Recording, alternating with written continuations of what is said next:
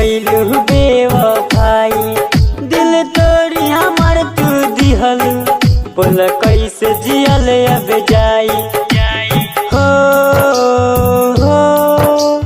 हाँ हाँ सुन सुन है हर जाई, काहे कैलू बेवफाई, दिल तोड़ी हमर तू दिहलू, बोल कैसे जियल अब जाई।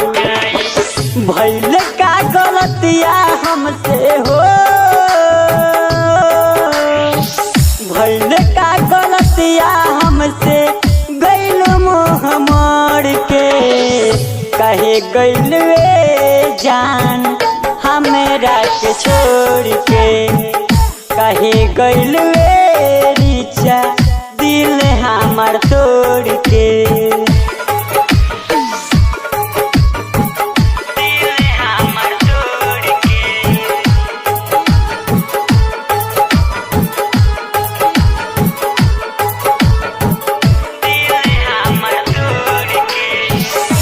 हरदम याद आवे तोहरी सुरतिया, निक नहीं लागे जान कैला बिना बतिया।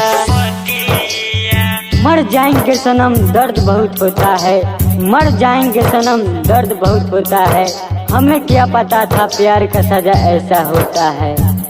कैला बिना बतिया हरदम याद आवे तोहरी सुरतिया, निक नहीं लागे जान कैला बिना बतिया। हाथवा छोड़ा लेबू हमसे हो, हाथवा छोड़ा के हमसे गइल मुँह मोड़ के, कहे गइल वे जान हमरा के छोड़ के, कहे गइल वे रीचा दिल हमर तोड़ के। दिल हमर तोड़ के,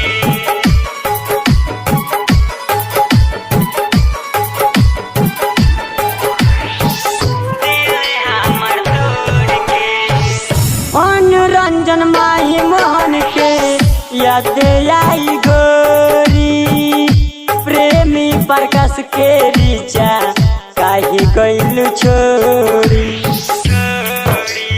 मुझे एक बात बता तुझे भूल जाएंगे, मुझे एक बात बता तुझे भूल जाएंगे, कसम तेरी प्यार की कभी नजर नहीं आएंगे। काहे गइलू छोड़ी। अनुरंजन माही मोहन के याद आई गोरी, प्रेमी प्रकाश के रीचा काहे गइलू छोड़ी। भइल का कसूर हमसे हो,